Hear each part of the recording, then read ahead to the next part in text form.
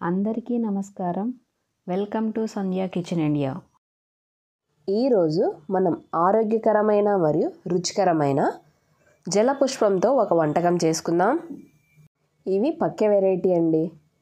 వీటికి ముళ్ళు తక్కువగాను కండ ఎక్కువగాను ఉంటుంది. ముందుగా ఫిష్ ముక్కల్ని నీళ్ళల్లో వేసి ఉప్పు నిమ్మరసం వేసి బాగా కడగాలి. 2-3 సార్లు కడిగి పక్కన పెట్టుకోవాలి. ఉప్పు నిమ్మరసం వేయటం వలన నీచు వాసన రాకుండా ఉంటుంది. ఫిష్ ఫ్రైకి కావాల్సిన మసాలా తయారు చేసుకుందాం. స్టవ్ పై ప్యాన్ పెట్టి 7-8 ఎండుమిరపకాయలు, 1 టీ స్పూన్ మెంతులు, 1 టీ స్పూన్ జీలకర్ర, 1 టీ స్పూన్ మిరియాలు, 4 లవంగాలు, 1 ఇంచు దాల్చిన చెక్క వేసి మంటని సిమ్లో పెట్టి దోరగా వేయించుకోవాలి. దోరగా వేయించి చల్లారాక మిక్సీలో వేసి రుచికి సరిపడ్డ ఉప్పు, 1 టీ స్పూన్ పసుపు వేసి మెత్తగా గ్రైండ్ చేసుకోవాలి. ఇలా గ్రైండ్ చేసుకున్న పౌడర్లోకి 10 వెల్లుల్లి రెబ్బలు, 1 ఇంచ్ అల్లం వేసి మెత్తగా పేస్ట్లా గ్రైండ్ చేసుకోవాలి.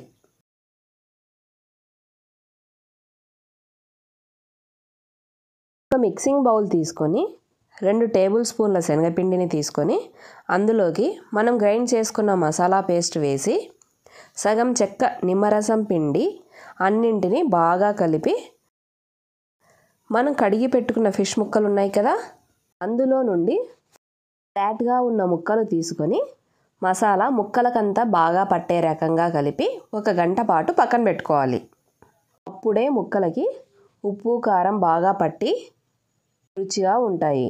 గంట తరువాత స్టవ్ పై ప్యాన్ పెట్టి 3 టేబుల్ స్పూన్ల ఆయిల్ వేసి వేడయ్యాక కలిపి పెట్టుకున్న ఫిష్ ముక్కలు ఉన్నాయి కదా, వాటిని ఒక్కొక్కటిగా ప్యాన్లో పెట్టి మంటని మీడియం ఫ్లేమ్లో పెట్టి బాగా వేగనివ్వాలి. చూడండి, ప్యాన్ని ఇలా కదిపితే కదిలాయి అంటే అటువైపు వేగినట్లు. ఇప్పుడు మరోవైపుకి టర్న్ చేసుకొని రెండో వైపు కూడా బాగా వేగనివ్వాలి. చూడండి, 2 వైపులా బాగా వేగాయి కదా, ఇక సర్వ్ చేసుకోవటమే. అంతే అండి, fish fry ready. Thanks for watching my video. Please like, share and subscribe to my channel. Thank you.